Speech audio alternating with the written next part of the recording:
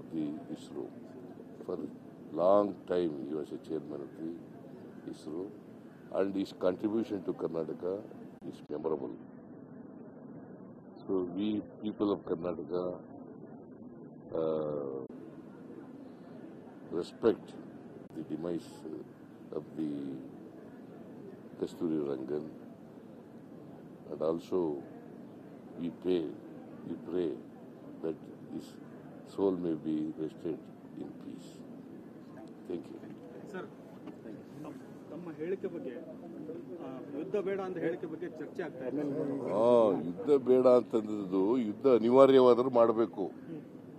ನಾವನ್ನೆಲ್ಲ ಅವ್ರಿಗೂ ಬುದ್ಧಿ ಇಲ್ಲ. ಅನಿವಾರ್ಯ ಆದ್ರೆ ಮಾತ್ರ ಮಾಡಬೇಕು. ಯುದ್ಧದಿಂದ ಪರಿಹಾರ ಆಗೋದಿಲ್ಲ. ಯುದ್ಧ ಅನಿವಾರ್ಯ ಆದ್ರೆ ಮಾಡಬೇಕಾಗ್ತದೆ. ಗೊತ್ತಾಯ್ತಾ? ನಾನು ಯುದ್ಧ ಬೇಡಿಕೆ ಬೇಡ ಅಂತ ಹೇಳಲಿಲ್ಲ. ನಾವು ಪಾಕಿಸ್ತಾನದ ಮಾಧ್ಯಮಗಳಲ್ಲಿ ಆ ಥರ ಬಿಂಬಿತ ತಮ್ಮನ್ನು ಕೂಡ ನಾನು ಪಾಕಿಸ್ತಾನದವ್ರ ಜೊತೆ ಯುದ್ಧನೇ ಮಾಡೋದಕ್ಕೆ ಬೇಡ ಅಂತ ಹೇಳಲಿಲ್ಲ. ಏನು ಹೇಳಿದೆ ಅಂತಂದ್ರೆ ಯುದ್ಧ ಪರಿಹಾರ ಅಲ್ಲ. ಈಗ ಭದ್ರತೆ ಕೊಡಬೇಕಾಗಿತ್ತಲ್ವ ಅವ್ರಿಗೆ. ಅಲ್ಲಿಗೆ ಬೇಕಾದಷ್ಟು ಜನ ಪ್ರವಾಸಿಗರು ಹೋಗ್ತಾರೆ ಕಾಶ್ಮೀರಕ್ಕೆ. ಅಲ್ಲಿ ಭದ್ರತೆ ಕೊಡಬೇಕಾಗಿರೋದು ಯಾರ ಜವಾಬ್ದಾರಿ? ಕೇಂದ್ರ ಸರ್ಕಾರದ್ದಲ್ಲ. ಅದರ ವೈಫಲ್ಯ ಇದೆ ಅಂತ ಹೇಳಿದ್ದೀನಿ. 26 ಜನ ಸತ್ತೋಗಿದ್ದಾರೆ. 40 ಜನ ಸೈನಿಕರು ಸತ್ತಿದ್ರು ಅದೇ ಜಿಲ್ಲೆನಲ್ಲಿ. ಸೊ ಅದಕ್ಕೆ there is a failure of the intelligence government of India. Government of ಇಂಡಿಯಾದವರು ಸೆಕ್ಯೂರಿಟಿನ ಸರಿಯಾದ ರೀತಿಯಲ್ಲಿ ಕೊಟ್ಟಿರಲಿಲ್ಲ ಅಂತ ಹೇಳಿದ್ದೀನಿ. ಯುದ್ಧ ಅನಿವಾರ್ಯ ಆದರೆ ಮಾಡಬೇಕು, ಮಾಡಲೇಬಾರದು ಅಂತ ಏನಿಲ್ಲ. ಆದರೆ ಈಗ ತಕ್ಷಣಕ್ಕೆ ಯುದ್ಧ ಬೇಡ ಅಂತ ಹೇಳಿದ್ದೀನಿ ನಾನು. ಬಿಜೆಪಿ ಅವರು ಹೇಳದನ್ನ ನೀ ಕೇಳ್ಕೊಂಡ್ಬಂದು ಹೇಳಕ್ಕೆ ನೀನು ಇರೋದು. ಅವ್ರು ಹೇಳಿದ್ರೆ ಅವ್ರು ಹೇಳೋದಿಲ್ಲ ಸರಿನಾ? ಅವ್ರು ಉತ್ತರ ಕೊಡೋದೇ ಸರಿ ಇಲ್ಲ. ಕಸ್ತೂರಿ ರಂಗನ್ ಅವರು ಅವರ ನಿಧನದಿಂದ ದೇಶಕ್ಕೆ ತುಂಬಲಾರದ ನಷ್ಟ ಆಗಿದೆ. ಅದರಲ್ಲೂ ವಿಜ್ಞಾನ ಕ್ಷೇತ್ರಕ್ಕೆ ಬಹಳ ನಷ್ಟ ಆಗಿದೆ. ಅವರು ದೇಶ ಕಂಡಂತ ಒಬ್ಬ ಹೆಸರಾಂತ ವಿಜ್ಞಾನಿ. ಬಾಹ್ಯಾಕಾಶ ಕ್ಷೇತ್ರದಲ್ಲಿ ಅಪಾರ ಕೊಡುಗೆಯನ್ನು ದೇಶಕ್ಕೆ ಕೊಟ್ಟಿದ್ದಾರೆ, ಜಗತ್ತಿಗೆ ಕೊಟ್ಟಿದ್ದಾರೆ. ಅವರು ಬಹಳ ದೀರ್ಘಕಾಲ ಇಸ್ರೋ ಅಧ್ಯಕ್ಷರಾಗಿದ್ದರು. ಆಮೇಲೆ ಅವರ ಕೊಡುಗೆ ಶಿಕ್ಷಣ ಕ್ಷೇತ್ರಕ್ಕೆ ಅಪಾರವಾದದ್ದು. ಸೊ ಅವರನ್ನ ಮರೀಲಿಕ್ಕೆ ಸಾಧ್ಯ ಇಲ್ಲ. ಆಮೇಲೆ ಅವರಿಗೆ ಎಲ್ಲ ರಾಷ್ಟ್ರದಿಂದ ಕೊಡ್ತಕ್ಕಂಥ ಪದ್ಮಶ್ರೀ, ಪದ್ಮವಿಭೂಷಣ ಅವೆಲ್ಲ ಪ್ರಶಸ್ತಿಗಳು ಕೂಡ ಸಿಕ್ಕಿದ್ದು. ನಾವು ಕೂಡ ಕರ್ನಾಟಕ ರಾಜ್ಯೋತ್ಸವ ಪ್ರಶಸ್ತಿಯನ್ನು ಕೊಟ್ಟಿದ್ದವರು. ಸೊ ಅವರು ಪಶ್ಚಿಮ ಘಟ್ಟಗಳ ಪರಿಸರ ಅಧ್ಯಯನದಲ್ಲಿ ಅವರ ಅಧ್ಯಕ್ಷತೆಯಲ್ಲಿ ಒಂದು ವರದಿಯನ್ನು ಕೂಡ ಕೊಟ್ಟಿದ್ದರು. ಕರ್ನಾಟಕಕ್ಕೆ ಅವರ ಕೊಡುಗೆ ಬಹಳ ಅಪಾರವಾದದ್ದು. ಸೊ ಅವರನ್ನು ಇವತ್ತು ಸ್ಮರಿಸ್ಕೊಳ್ತಕ್ಕಂಥ ಕೆಲಸ, ಅವರ ಕೊಡುಗೆಯನ್ನು ದೇಶ ಸ್ಮರಿಸ್ಕೊಳ್ತಕ್ಕಂಥ ಕೆಲಸವನ್ನು ಮಾಡ್ತಾರೆ. ಅವರು 84 ವರ್ಷಗಳ ಕಾಲ ದೀರ್ಘಕಾಲ ಬದುಕಿದ್ರು. ಇತ್ತೀಚೆಗೆ ಅವರು ಅಸ್ವಸ್ಥರಾಗಿದ್ದರು.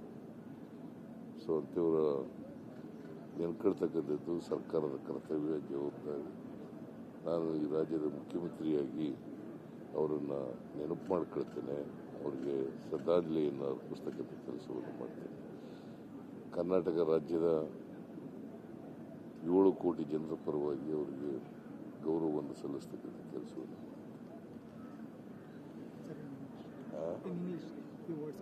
ಇದಕ್ಕೆ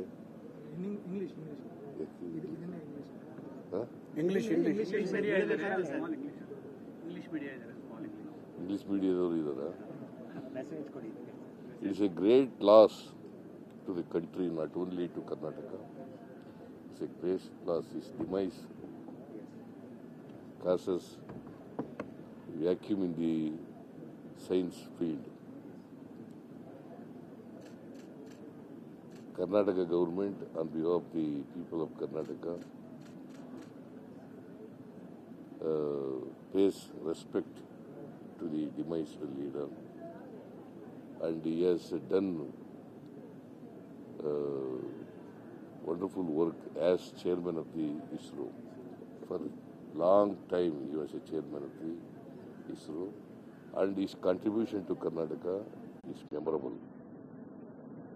So we people of Karnataka respect the demise of the Kasturi Rangan, and also we pray that his soul may be rested in peace. Thank you. Sir, ತಮ್ಮ ಹೇಳಿಕೆ ಬಗ್ಗೆ ಯುದ್ಧ ಬೇಡ ಅಂತ ಹೇಳಿಕೆ ಬಗ್ಗೆ ಚರ್ಚೆ ಆಗ್ತಾ ಇದೆ. ಯುದ್ಧ ಬೇಡ ಅಂತಂದದ್ದು ಯುದ್ಧ ಅನಿವಾರ್ಯವಾದರೂ ಮಾಡಬೇಕು. ಈಗ ನಾವನ್ನೆಲ್ಲ ಅವ್ರಿಗೂ ಬುದ್ಧಿ ಇಲ್ಲ.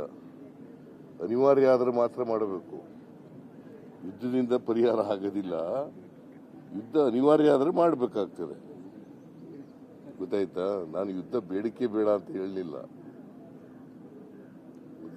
ನಾವು ಪಾಕಿಸ್ತಾನದ ಮಾಧ್ಯಮಗಳಲ್ಲಿ ಆತರ ಬಿಂಬಿತ ತಮ್ಮನ್ನು ಕೂಡ ಹೇಳಿಕೆ ನಾನು ಪಾಕಿಸ್ತಾನದವ್ರ ಜೊತೆ ಯುದ್ಧನೇ ಮಾಡೋದಕ್ಕೆ ಬೇಡ ಅಂತ ಹೇಳಲಿಲ್ಲ. ಏನು ಹೇಳಿದೆ ಅಂತಂದ್ರೆ ಯುದ್ಧ ಪರಿಹಾರ ಅಲ್ಲ. ಈಗ ಭದ್ರತೆ ಕೊಡಬೇಕಾಗಿತ್ತಲ್ವ ಅವ್ರಿಗೆ. ಅಲ್ಲಿಗೆ ಬೇಕಾದಷ್ಟು ಜನ ಪ್ರವಾಸಿಗರು ಹೋಗ್ತಾರೆ ಕಾಶ್ಮೀರಕ್ಕೆ. ಅಲ್ಲಿ ಭದ್ರತೆ ಕೊಡಬೇಕಾಗಿರೋದು ಯಾರ ಜವಾಬ್ದಾರಿ? ಕೇಂದ್ರ ಸರ್ಕಾರದ್ದಲ್ಲ. ಅದರ ವೈಫಲ್ಯ ಇದೆ ಅಂತ ಹೇಳಿದ್ದೀನಿ. 26 ಜನ ಸತ್ತೋಗಿದ್ದಾರೆ. 40 ಜನ ಸೈನಿಕರು ಸತ್ತಿದ್ರು ಅದೇ ಜಿಲ್ಲೆನಲ್ಲಿ. ಸೊ ಅದಕ್ಕೆ there is a failure of the intelligence government of India.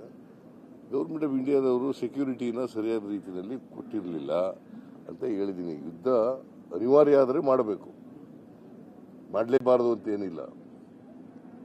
ಆದರೆ ಈಗ ತಕ್ಷಣಕ್ಕೆ ಯುದ್ಧ ಬೇಡ ಅಂತ ಹೇಳಿದ್ದೀನಿ ನಾನು. ಸಿದ್ದರಾಮಯ್ಯ ಓಲೈಕೆ ಏನು ಬಿಜೆಪಿ ಅವ್ರು ಹೇಳೋದನ್ನ ನೀ ಕೇಳ್ಕೊಂಬಂದು ಹೇಳಕ್ಕೆ ನೀನು ಇರೋದು. ಅವ್ರು ಹೇಳಿದ್ರೆ ಅವ್ರು ಹೇಳೋದೆಲ್ಲ ಸರಿನಾ? ಅವ್ರು ಉತ್ತರ ಕೊಡೋದೇ ಸರಿ ಇಲ್ಲ.